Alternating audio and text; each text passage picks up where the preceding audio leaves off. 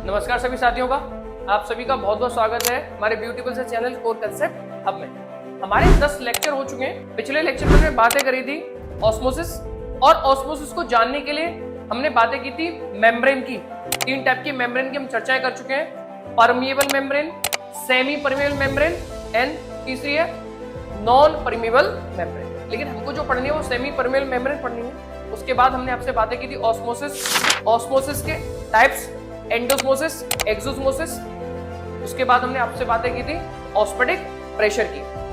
पिछली वीडियो में हमने ऑस्मोटिक प्रेशर को डिफाइन किया था और ऑस्मोटिक प्रेशर के लॉ के बारे में थोड़ा सा डिस्कस किया था, उनको ड्राइव नहीं किया था, केवल हमने बातें करी थी कि ऑस्मोटिक प्रेशर की जो लॉ है वो क्यों आए, किसने दिए, ये चर्चा हम पिछली वीडियो में कर चुके हैं। अब उसी चीज को आगे कंटिन्यू करते हैं। अब बात करते हैं लॉ ऑफ ऑस्मोटिक प्रेशर की। तो ऑस्मोटिक प्रेशर की जो लॉ है बेटा वो दिए थे वॉन्ट हॉफ ने। कैसे दिए भाई? इन्होंने पहले ना गैस की स्टडी करी, फिर उन्होंने डाइल्यूट सॉल्यूशन की स्टडी करी। तो डाइल्यूट सॉल्यूशन के अंदर इन्होंने नोटिस किया कि जो सॉल्यूट के पार्टिकल हैं वो गैस के मॉलिक्यूल की तरह है। गैस के मॉलिक्यूल क्या है? गैस के जो मॉलिक्यूल होते हैं उनके बीच में, मान लो ये दोनों मॉलिक्यूल हैं, तो इनके बीच में क्या हुआ? अट्रैक्शन बहुत कम होता है। तो डाइल्यूट सॉल्यूशन के अंदर जो सॉल्यूट है वो गैस के मॉलिक्यूल की तरह बिहेव कर रहे हैं। इस वजह से गैस के जो लॉ हैं वो इन पर भी एप्लीकेबल होंगे। तो उन्हीं में से एक लॉ है, पहला लॉ है Boyle's want of law. Boyle's want of law. तो इस लॉ के अकॉर्डिंग एट कांस्टेंट टेम्परेचर, और टेम्परेचर को तो कांस्टेंट कर दिया, कांस्टेंट टेम्परेचर पे सॉल्यूशन का जो ऑस्मोटिक प्रेशर होगा वो डायरेक्टली प्रोपोर्शनल होगा कंसंट्रेशन। बेटा ऑस्मोटिक प्रेशर को रिप्रेजेंट करते हैं पाई से। अच्छा, क्या था ऑस्मोटिक प्रेशर? भाई ऑस्मोसिस की प्रोसेस हो रही थी, सॉल्वेंट के पार्टिकल सॉल्यूशन में जा रहे थे, अब उन पार्टिकल्स को रोकने के लिए सॉल्यूशन पे जो हम एक्सटर्नल प्रेशर लगाते हैं उस प्रेशर को कहा जाता है ऑस्मोटिक प्रेशर। तो ऑस्मोटिक प्रेशर डायरेक्टली प्रोपोर्शनल होता है कंसंट्रेशन के, और कंसंट्रेशन होता है वो रेसिप्रोकल होता है किसके? डाइल्यूशन के।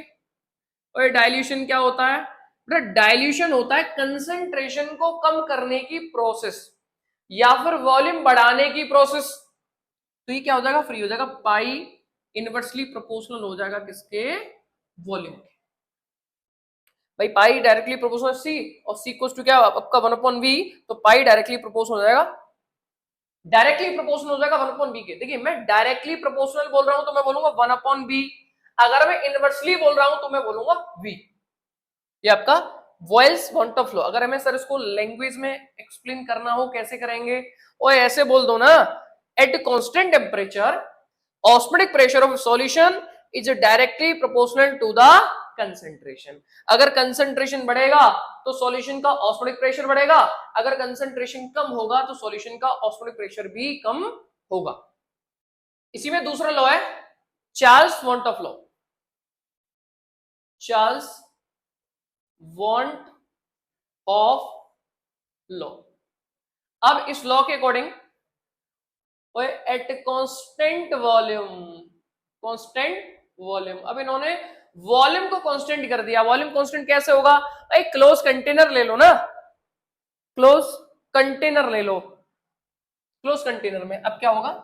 कांस्टेंट वॉल्यूम पर जो सॉल्यूशन का जो ऑस्मोटिक प्रेशर होगा वो डायरेक्टली प्रोपोर्शनल होगा किसके? टेम्परेचर के। मैंने बताया था ना कि हमने कंटेनर लिया, उस कंटेनर के अंदर मैंने गैस भर ली, अगर हम टेम्परेचर बढ़ाएंगे वो आग लगा देंगे, तो क्या होंगे? गैस के मॉलिक्यूल तेजी से टकराएंगे, आपस में टकराएंगे। हाँ, आपस में तो टकराएंगे, लेकिन वो कंटेनर की वॉल से भी टकराएंगे। जब गैस के मॉलिक्यूल जब कंटेनर की वॉल से टकराते हैं तो पर यूनिट एरिया में फोर्स लगाएंगे, उसको प्रेशर कहते हैं। तो यानी जब भी टेम्परेचर बढ़ाते हैं तो गैस का प्रेशर बढ़ता है। यहां सॉल्यूशन की बात कर रहे हैं, तो यानी जब भी हम टेम्परेचर बढ़ाएंगे तो सॉल्यूशन का ऑस्मोटिक प्रेशर बढ़ेगा। अब यही आ जाता है हमारा वांट ऑफ लॉ। और सर इसको तो एक्सप्लेन करना बताया नहीं, आए ऐसे एक्सप्लेन कर लेंगे ना, at constant volume the osmotic pressure of a solution is directly proportional to the temperature. अब है हमारा Van't Hoff law. Van't Hoff law में क्या है, फ्रॉम इक्वेशन फर्स्ट, और पहली इक्वेशन क्या थी, और पहली इक्वेशन ये थी, नहीं सेकंड इक्वेशन को लीजिए, फ्रॉम इक्वेशन सेकंड इक्वेशन थी बेटा पाई, मैं इधर लिख रहा हूं साइड में, पाई इनवर्सली प्रोपोर्शनल था वॉल्यूम के, ये सेकंड इक्वेशन थी। तो from equation second and third, और दूसरी इक्वेशन ये है, तीसरी इक्वेशन ये रही, पाई पाई इनवर्सली प्रोपोर्शनल है वॉल्यूम के, ये दूसरी इक्वेशन में था, और पाई डायरेक्टली प्रोपोर्शनल है टेम्परेचर के, ये तीसरी इक्वेशन में था। पाई इनवर्सली प्रोपोर्शनल वॉल्यूम के है, पाई डायरेक्टली प्रोपोर्शनल टेम्परेचर के है। जब मैं इन दोनों इक्वेशन को कंबाइन कर दूंगा, और on combining equation second and third, और दूसरी तीसरी इक्वेशन को कंबाइन कर दो, तो क्या हो जाएगा, पाई डायरेक्टली प्रोपोर्शनल हो जाएगा T upon V, T upon V के, टी टेम्परेचर है, वी वॉल्यूम है, तो बेटा इसी को हम क्या लिख देंगे, P V directly proportional to, P V directly proportional to T. और जब भी डायरेक्टली प्रोपोर्शनल का साइन आएगा, और जब भी डायरेक्टली प्रोपोर्शनल का साइन आएगा, उसको हटाने के लिए कोई कोई कांस्टेंट आता है, तो पाई बी इक्वल्स टू हो जाएगा बेटा एस टी, जिसमें बेटा पाई होगा ऑस्मोटिक प्रेशर, और ऑस्मोटिक प्रेशर को जो मेजर करेंगे बेटा, उसकी हम जो चर्चाएं करेंगे वो हम बात करेंगे एटीएम में या बार में बात करेंगे। और वी होगा हमारा वॉल्यूम, और ध्यान रखना जब भी हम ऑस्मोटिक प्रेशर के न्यूमेरिकल करेंगे, तो जो हमारा वॉल्यूम होगा, और वॉल्यूम लिया जाएगा लीटर में। एस होता है सॉल्यूशन कांस्टेंट, सॉल्यूशन कांस्टेंट जिसकी वैल्यू होगी 0.0821 litre ATM mole inverse kelvin inverse. देखो जब हम गैस की बातें करते हैं तो वहां आता है आपका आर, गैस कांस्टेंट। अब हम सॉल्यूशन की बातें कर रहे हैं तो उसको लिख दिया जाता है एस, सॉल्यूशन कांस्टेंट, जिसकी वैल्यू होगी 0.0821 लीटर एटीएम मोल इनवर्स, और टी होगा टेम्परेचर, ठीक है, टेम्परेचर। और टेम्परेचर को, और ऑस्मोटिक प्रेशर के क्वेश्चन जब भी करेंगे, टेम्परेचर को हमेशा लेंगे केल्विन में। तो फॉर्मूला है हमारा P V equals to S T. ये फॉर्मूला जब लगेगा जब आपने 1 मोल को डिसोल्व किया है, और जब सॉल्यूशन में हम n मोल्स डाल दें तो क्या हो जाएगा, तो हो जाएगा P V equals to N S T. एक तो फॉर्मूला ये हो गया। और n कैसे निकालते हैं, n निकालते हैं गिवन मास अपॉन मोलर मास, एस टी, एक फॉर्मूला आपका ये बन गया। और बेटा इस इक्वेशन से पाई वी बराबर एन एस टी, तो पाई इक्वल्स टू, मैं v को बेटा यहां डिवाइड कर दूं तो क्या हो जाएगा n upon V S T. तो बेटा n क्या है, और n क्या है, n होता है नंबर ऑफ मोल्स, n क्या है, नंबर ऑफ मोल्स। और जब नंबर ऑफ मोल्स वॉल्यूम में प्रेजेंट होते हैं उसको क्या कहते हैं, उसको मोलरिटी कहते हैं। क्या कहते हैं उसे, मोलरिटी कहते हैं। मोलरिटी मतलब कंसंट्रेशन, और मोलरिटी मतलब जब नंबर ऑफ मोल्स प्रेजेंट होते हैं वॉल्यूम में, उसको क्या कहेंगे, मोलरिटी। यानी ये किसका फॉर्मूला है, मोलरिटी का। तो पाई इक्वल्स टू आ जाएगा बेटा सी एस टी। एक तो देखो मैं ये फॉर्मूला भी ध्यान रखना है, P V equals to N S T. भाई इसमें पाई क्या है, ऑस्मोटिक प्रेशर, वी क्या है, वॉल्यूम, एन क्या है, नंबर ऑफ मोल्स। भाई नंबर ऑफ मोल्स कैसे निकालते हो, ये रहा, एस क्या है सॉल्यूशन कांस्टेंट, टी क्या है टेम्परेचर, और एक फॉर्मूला हमारा ये आ गया pi equals to C S T. C क्या है, कंसंट्रेशन। वो हमको मोलरिटी दे दे, क्वेश्चन में मोलरिटी दे दे तो फिर हमने लगा देना pi equals to C S T. अभी इसी फॉर्मूले को थोड़ा सा चेंज करेंगे, और हम जानते हैं वी नो दैट, और जानते नहीं जानते लिख देते हैं वी नो दैट क्या, और डेंसिटी बराबर होता है मास अपॉन वॉल्यूम, और डेंसिटी बराबर मास अपॉन वॉल्यूम। अगर तुम यहां से वॉल्यूम की वैल्यू निकालोगे तो क्या हो जाएगा, वो एम अपॉन डी हो जाएगा ना, एम अपॉन डी हो जाएगा। थोड़ा वॉल्यूम की वैल्यू जरा यहां पुट करना, जरा यहां पुट करना, पाई वी यहां पे पुट कर रहे हैं, यहां पुट कर रहे हैं, वी की value mass upon density equals to mass, और ये आपका ये तो मोलर मास है एस टी, गिवन मास से गिवन मास आपका कैंसिल, तो क्या बचेगा pi upon D equals to S T upon, तो ये हो जाएगा बेटा pi M equals to D S T. बेटा यहाँ पे एम क्या है, वो एम है मोलर मास, डी क्या है, डी है हमारा डेंसिटी। जब क्वेश्चन में डेंसिटी दे देना तब ये इक्वेशन लगेगी pi M equals to D S T. जब बेटा इसी वाली इक्वेशन को जब हम गैस के टर्म में पढ़ते वो तो पता है इस इक्वेशन को क्या कहते हैं, तो इस इक्वेशन को उस समय हम लिखते हैं पी एम, और प्रेशर को पी लिखते हैं, और प्रेशर को पी लिखते हैं, पी एम इक्वल्स टू हो जाता है डी आर टी। तो उसको कहते हैं डर्टी पीएम इक्वेशन। जब हम गैस की चर्चाएं करते हैं तो वहां पे ये इक्वेशन आती है, तो उसको कहते हैं डर्टी पीएम इक्वेशन। और यहाँ पे इक्वेशन क्या होती है, pi M equals to D S T. अब यहाँ पे एक और इंपॉर्टेंट बात, जब हम ऑस्मोटिक प्रेशर के जो क्वेश्चंस करेंगे ना, वो हमारे बोर्ड में जो क्वेश्चंस बनेंगे ना, उनमें जो टेम्परेचर दिया जाएगा ना, वो आपको या तो आपसे कहेगा 25 डिग्री सेल्सियस, और 25 का मतलब क्या होगा 298 केल्विन, और या फिर आपसे वो कहेगा टेम्परेचर हमारा 27 डिग्री सेल्सियस, मतलब 300 केल्विन। जब भी हम ऑस्मोटिक प्रेशर के क्वेश्चन करेंगे या तो टेम्परेचर सर ये होगा या फिर टेम्परेचर ये होगा। अगर टेम्परेचर हमारा 25 डिग्री सेल्सियस है तो करना क्या है, तो डायरेक्ट एसटी की वैल्यू लगानी है, डायरेक्ट एसटी की वैल्यू लगा दो 24.46। और अगर टेम्परेचर तुम्हारा 27 डिग्री सेल्सियस है तो क्या करना है रे, तो यहाँ पे एसटी की वैल्यू फिर तुम्हें लगानी 24.63। बड़े छोटे छोटे से हैक्स आपको ध्यान रखने हैं, बहुत बहुत हेल्प करेंगे आपकी एग्जाम में। अगर टेम्परेचर 25 डिग्री सेल्सियस है तो हमें एसटी की वैल्यू ये लगानी है, अगर टेम्परेचर हमारा ये है तो हमें एसटी की वैल्यू ये लगानी है। अच्छा, कौन से फॉर्मूले हमें जहन में रखने हैं, और पहला फॉर्मूला तो रखना है पाई बी इक्वल्स टू एनएसटी। दूसरा सर ये तो इसी से बन जाएगा भाई, एन कैसे निकालते, गिवन मास अपॉन मोलर मास, और ये आपका ये पाई इक्वल्स टू सीएसटी, और एक डेंसिटी वाला। एक और तरीका जिस तरीके से हमारे यहाँ क्वेश्चन बन सकता है, एक नया फॉर्मूला बन सकता है हमारे यहाँ, कैसे, मान लीजिए हमारे पास ये दो सॉल्यूशन है, ठीक है, ये है सॉल्यूशन ए और ये है सॉल्यूशन बी, ये सॉल्यूशन ए, ये सॉल्यूशन बी।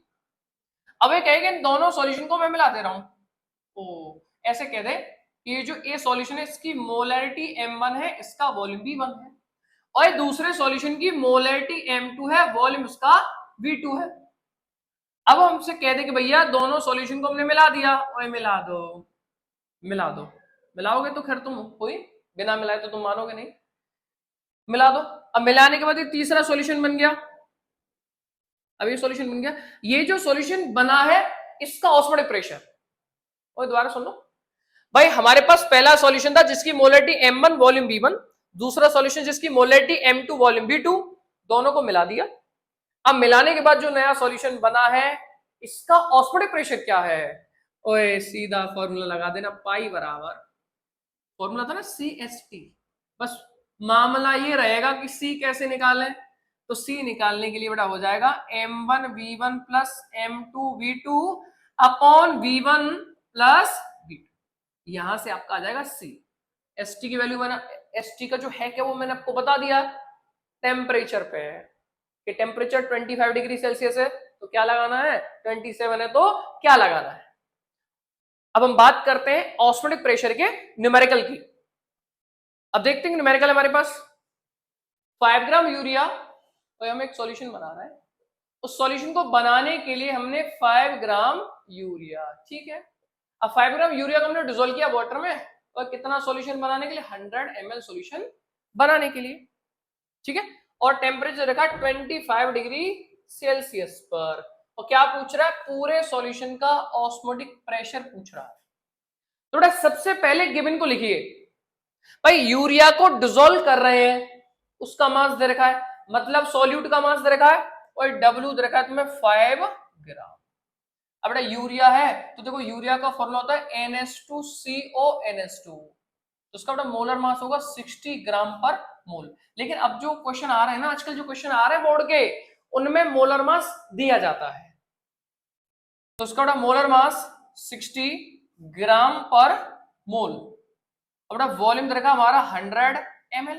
और मैंने आपसे कहा है ना, और वॉल्यूम को कन्वर्ट कर लो लीटर में, मतलब वॉल्यूम अगर हमारा ml में है तो उसको लीटर में कन्वर्ट कर लो। जब इसको तुम लीटर में कन्वर्ट करोगे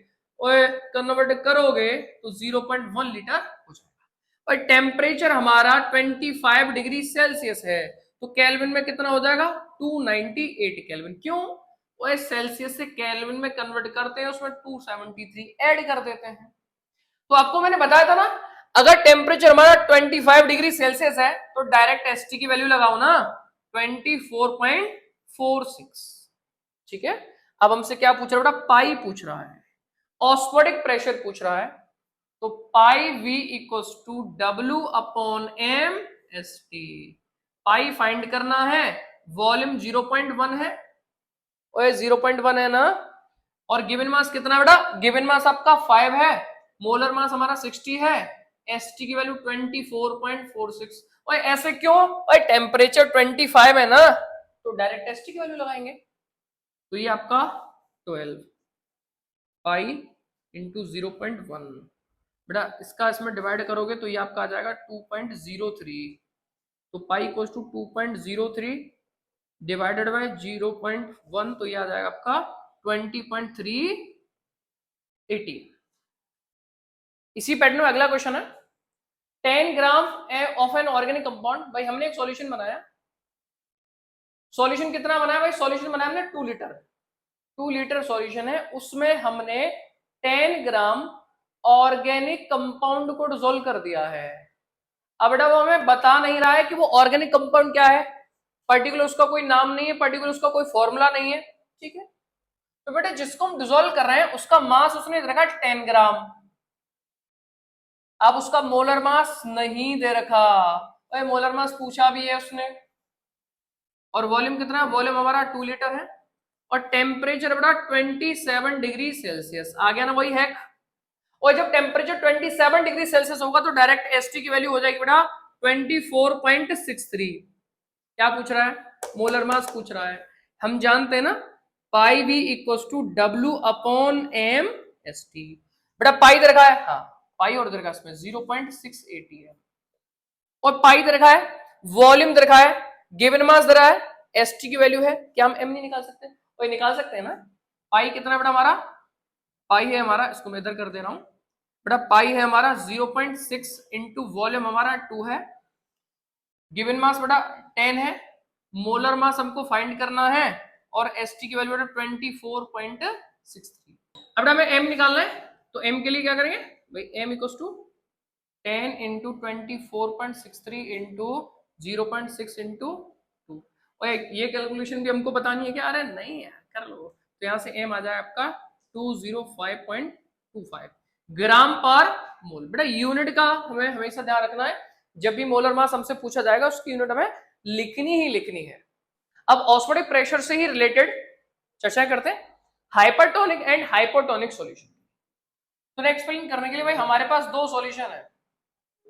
ठीक है, हमारे पास 2 सॉल्यूशन है, ये है सॉल्यूशन ए और ये है सॉल्यूशन बी। इस सॉल्यूशन का ऑस्मोटिक प्रेशर है पाई 1 और इस सॉल्यूशन का ऑस्मोटिक प्रेशर है पाई 2। अब बस मैंने एक कंडीशन बोल दी कि पाई 1 ग्रेटर देन पाई 2, और ये 2 सॉल्यूशन है, एक का ऑस्मोटिक प्रेशर ज्यादा है, एक का ऑस्मोटिक प्रेशर कम है। तो देखिए हमें रटना नहीं है ना, हमें ना हेडिंग से समझना है भाई। हाइपरटोनिक, अच्छा हाइपर एक जनरल सा एग्जांपल कहते हैं ना, बहुत जल्दी, जैसे हाइपर, ये बच्चा बहुत जल्दी हाइपर हो जाता है। हाइपर मतलब ज्यादा गुस्से वाला, मतलब हाइपर जो वर्ड है वो किसके लिए यूज किया जाता है? हाइपर वर्ड यूज किया जाता है ज्यादा के लिए। हाइपर का मतलब ज्यादा। अब मैं आपसे कह रहा हूं कि हमारे पास 2 सॉल्यूशन है, उन 2 सॉल्यूशन में से एक सॉल्यूशन का ऑस्मोटिक प्रेशर कम है और एक सॉल्यूशन का ऑस्मोटिक प्रेशर ज्यादा है। तो जिस सॉल्यूशन का ऑस्मोटिक प्रेशर ज्यादा होगा उसको तो कहेंगे हाइपरटोनिक, और जिस सॉल्यूशन का ऑस्मोटिक प्रेशर कम होगा उसको कहेंगे हाइपोटोनिक। इनको हम ऐसे लिख सकते हैं, the solution which has which has higher osmotic pressure, बेटा ओपी शॉर्ट में लिख रहा हूं मैं, OP osmotic pressure then other solution is known as, तो क्या कहेंगे, जिस सॉल्यूशन का ऑस्मोटिक प्रेशर ज्यादा होगा ना उसको कहेंगे हाइपरटोनिक। हाइपरटोनिक मैंने हाइपरटोनिक को लिख दिया है, हाइपोटोनिक को आप लिख लेंगे, वहां पे क्या लिख देना, the solution which has lower. भाई जिस सॉल्यूशन का ऑस्मोटिक प्रेशर ज्यादा होगा वो हाइपरटोनिक है और जिसका कम होगा वो हाइपोटोनिक। मैंने बड़ा आपसे बात करी थी ऑस्मोसिस की। ऑस्मोसिस दो टाइप की होती है, एक तो एंडोस्मोसिस और एक एक्सोस्मोसिस। एंडोस्मोसिस में जो रेजिन थी वो स्वेलअप हो गई थी, स्वेलअप हो गई थी, और वहां मैंने आपसे बताया था, वहां मैंने लिखवाया भी था कि वो जो एंडोस्मोसिस होगा वो हाइपोटोनिक में होता है और एक्सोस्मोसिस आपका हाइपरटोनिक में होता है। यानी हाइपोटोनिक में तो रेजिन स्वेलअप होगी और हाइपरटोनिक में रेजिन आपकी श्रिंक होगी। अब है आइसोटोनिक सॉल्यूशन। तो आइसोटोनिक सॉल्यूशन के लिए हमारे पास दो सॉल्यूशन है और यहां भी दो सॉल्यूशन है। भाई इस सॉल्यूशन के मोल्स है बेटा N1, वॉल्यूम है V1, इसके मोल्स है बेटा N2 और वॉल्यूम है V2। लेकिन यहां ये कंडीशन है कि दोनों का जो ऑस्मोटिक प्रेशर है ना वो बराबर है। भाई मान लो इसका ऑस्मोटिक प्रेशर मैंने पाई 1 से रिप्रेजेंट किया था, इसको पाई 2 से रिप्रेजेंट किया था, लेकिन यह कंडीशन ये है कि पाई 1 इक्वल है पाई 2 के। हमारे पास दो सॉल्यूशन है, जब दो सॉल्यूशन का ऑस्मोटिक प्रेशर सेम होगा तो उस सॉल्यूशन को कहते हैं isotonic solution. Two solutions having same osmotic pressure is called as isotonic solution. तो फॉर फर्स्ट सॉल्यूशन, वो पहले वाले सॉल्यूशन के लिए भाई ऑस्मोटिक प्रेशर का फॉर्मूला था पाई वी इक्वल्स टू NST। तो पहले वाले सॉल्यूशन के लिए अगर हम ये फॉर्मूला अप्लाई करेंगे तो क्या हो जाएगा, पाई V1, इसका वॉल्यूम V1 है ना, equals to N1ST, equation number 1। For second solution, और सेकंड सॉल्यूशन के लिए क्या हो जाएगा, सेकंड सॉल्यूशन के लिए pi V2 equals to N2ST, equation number second. बेटा पहली वाली इक्वेशन में दूसरी वाली इक्वेशन से डिवाइड कर दो, और पहली वाली इक्वेशन में दूसरी वाली इक्वेशन से डिवाइड कर दो तो क्या हो जाएगा, लिख भी दो, equation 1 is divided by equation second. पहली इक्वेशन में दूसरे से डिवाइड कर दो तो ये जाएगा pi V1 upon pi V2 equals to N1ST upon N2ST। और पाई से पाई कट जाएगा, ST से ST कट जाएगा, मतलब SS काट दो, T से T काट दो, ऐसे कर दो, तो क्या बचेगा V1 upon V2 equals to N1 upon N2। एक तो ये फॉर्मूला बन जाएगा, और पहले वाले का वॉल्यूम अपॉन दूसरे वाले का वॉल्यूम इक्वल होगा पहले वाले के मोल अपॉन दूसरे वाले के मोल। या तो डायरेक्टली क्वेश्चन यहां से आ जाएगा, मोल दे देगा तो ये फॉर्मूला लग जाएगा, और जब मोल ना दे तो क्या देगा, तो देगा हमको गिवन मास। तो क्या करना है, देखिए हमारे पास फॉर्मूला क्या, V1 upon V2 equals to N1 upon N2। और N1 क्या है, पहले वाले के मोल, N2 क्या है, दूसरे वाले के मोल। और N1 और N2 कैसे निकालेंगे, तो बड़ा N1 निकालने के लिए पहले वाले का मास, कौन सा mass, given mass upon molar mass, या फिर आप ऐसे कह सकते हैं W1 अपॉन M1, ये पहले वाले के मोल आ जाएंगे।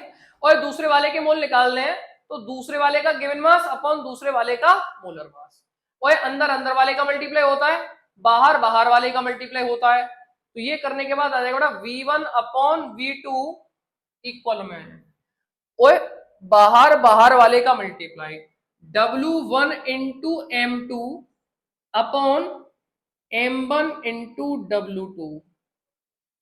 और कौन क्या है, V1 तो पहले वाले सॉल्यूशन का वॉल्यूम है, V2 दूसरे वाले सॉल्यूशन का वॉल्यूम है। तो यहां पे जो W1 है ये है बेटा गिवन मास ऑफ ए जो सॉल्यूशन है उसका given mass, M1 molar mass of solute, और कौन से वाले सॉल्यूट का, ए वाले सॉल्यूट का। और W2 होगा गिवन मास ऑफ बी, और M2 होगा मोलर मास ऑफ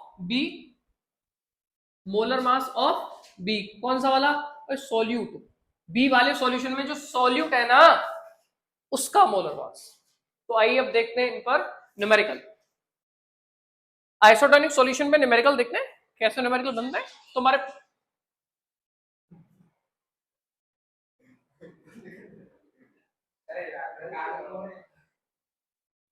देख रहा है रंग में आ रहा, रंग में सुने उन गली में यही घूमो है, गाड़ी में गली घुमा रहेगा घूमो।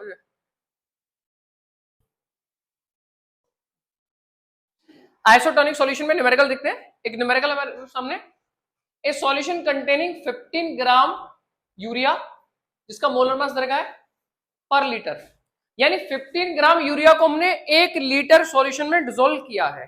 यानी पहला जो सॉल्यूशन है फॉर फर्स्ट सॉल्यूशन, तो पहले वाले सॉल्यूशन के लिए भाई 15 ग्राम यूरिया को डिसोल्व कर रहे हैं। भाई हमने जो सॉल्यूशन बनाया है इसमें 15 ग्राम यूरिया को हमने डिसोल्व किया है, तो यानी पहले वाले का गिवन मास है 15 ग्राम और इसका मोलर मास उसने दे रखा है 60 ग्राम पर मोल, ठीक है।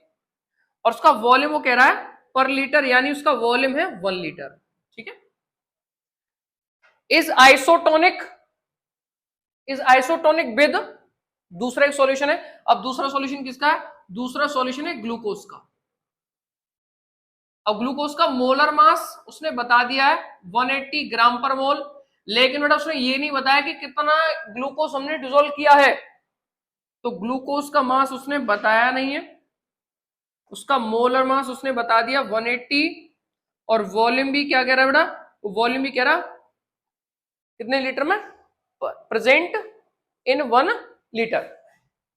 तो देखिए W1 दे रखा है, M1 दे रखा है, V1 दे रखा है, W2 हमको फाइंड करना है, M2 दे रखा है, V2 दे रखा है। भाई फॉर्मूला होता है V1 upon V2 equal to W1 into M2 upon M1 into W2। तो V1 कितना बेटा 1, V2 भी कितना 1, W1 कितना है हमारा 15 इंटू M2 कितना है, M2 हमारा 180 और M1 हमारा 60 और W2, और ये तुमको फाइंड करना है, ये तुमको फाइंड करना है। 3 टाइम्स कट गया, इससे 3 टाइम्स कट जाएगा, तो ये क्या रह जाएगा आपका, देखो ये तो 1 हो जाएगा, तो W2 इक्वल टू क्या जाएगा, W2 इक्वल टू हो जाएगा बेटा हमारा 45 ग्राम, ठीक है। एक तो ऐसे क्वेश्चन बन सकता है, और एक क्वेश्चन बन सकता है परसेंटेज वाले तरीके से, बोल दे कि एक कंपाउंड है। चलिए मैं न्यूमेरिकल करा ही देता हूं उस पर भी। अगला क्वेश्चन है, ए 5% solution of sucrose is isotonic with 0.877% solution of urea. एक तो हमारे पास सुक्रोज का सॉल्यूशन है और एक हमारे पास यूरिया का सॉल्यूशन है। भाई सुक्रोज का फॉर्मूला है C12H22O11। इसका फॉर्मूला वैसे हमें पता रहता है NH2CN2, लेकिन क्वेश्चन के अकॉर्डिंग मान लो इसका फॉर्मूला हमको पता नहीं है, ठीक है। अब कह रहा है सुक्रोज का जो सॉल्यूशन है वो 5% है। बेटा 5% का मतलब क्या है, 5% का मतलब हो गया कि 5 ग्राम सॉल्यूट को हमने डिसोल्व किया है 100 ml सॉल्यूशन में, तो W1 है हमारा 5 ग्राम। बेटा इसका मोलर मास अगर आप निकालोगे सुक्रोज का तो इसका आएगा 342 ग्राम पर मोल, और वॉल्यूम दे रखा है 100 ml। कहां दे रखा है 100 ml, बेटा वो कह रहा है ना 5%, तो 5% का मतलब 5 ग्राम प्रेजेंट है 100 ml सॉल्यूशन में, तो वॉल्यूम हमारा ml में दे रखा था, उसको लीटर में कन्वर्ट करो, तो लीटर में कन्वर्ट करने के लिए बेटा 1000 का डिवाइड, तो ये हो गया 0.1 लीटर, ठीक है। दूसरा जो सॉल्यूशन है यूरिया का वो है आपका 0.877%, इसका मतलब क्या है, तो यानी इसका मास दरेगा 0.877 ग्राम। 0.877 ग्राम प्रेजेंट है कितने में, 100 ml में, और इसका वॉल्यूम भी दरेगा 100 ml। भाई ऐसे क्वेश्चन में जो परसेंटेज वाली कंडीशन होगी तो तो इनमें वॉल्यूम आपका 100 ml होगा। और इसका मोलर मास ही तुमसे पूछ रहा है, तुम जानते हैं, कोई बड़ी बात नहीं है। तो V1 ये तो मैंने बेटा दोनों के लिए गिवन लिखा है, तो V1 upon V2 equal to W1 into M2 upon M1 into W2। और वैल्यू रखनी है, वैल्यू रखनी है। तो देखो यहां से वॉल्यूम को भी अगर आप लीटर में कन्वर्ट करोगे तो ये भी आपका 0.1 लीटर हो जाएगा।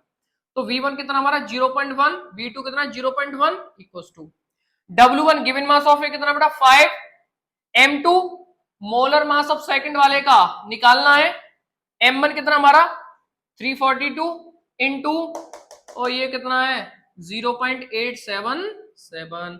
ये बेटा अब आप कैलकुलेट कर लीजिएगा, कैलकुलेट करने के बाद जो भी आएगा उसकी यूनिट होगी ग्राम पर मोल।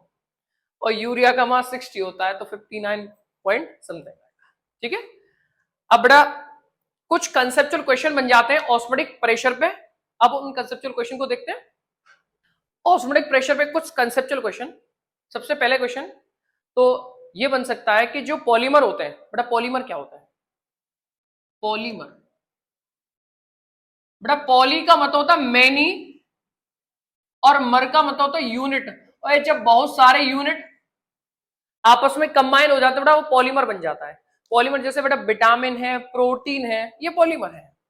तो पॉलीमर जो है उनके मोलर मास को फाइंड करने के लिए मैं क्वेश्चन बोल रहा हूं कि कैसे क्वेश्चन बन सकता है कि जो पॉलीमर है, पॉलीमर के मोलर मास को कैलकुलेट करने के लिए कॉलिगेटिव प्रॉपर्टी का कौन सा टर्म यूज किया जाएगा।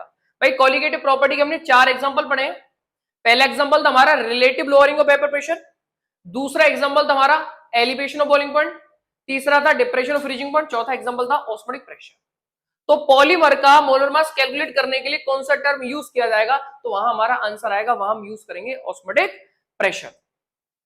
और क्वेश्चन ये बन जाता है कि जिन लोगों को हाई ब्लड प्रेशर की समस्या है, जिन लोगों को हाई ब्लड प्रेशर की समस्या है तो डॉक्टर उनको एडवाइस देते हैं कि आप साल्ट कम लीजिए, और जिनको लो बीपी की समस्या है उनको डॉक्टर एडवाइस देते हैं कि आप ज्यादा साल्ट लीजिए। तो आप इन क्वेश्चंस के आंसर हमें कमेंट में बताइए।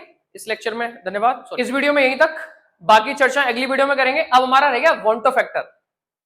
वॉन्ट ऑफ फैक्टर क्या होता है, वॉन्ट ऑफ फैक्टर कब वॉन्ट ऑफ फैक्टर लगेगा, और ध्यान रखिएगा बोर्ड एग्जाम के लिए वॉन्ट ऑफ फैक्टर आपका बहुत इंपॉर्टेंट टर्म है, जहां से क्वेश्चन आपका बनता ही बनता है।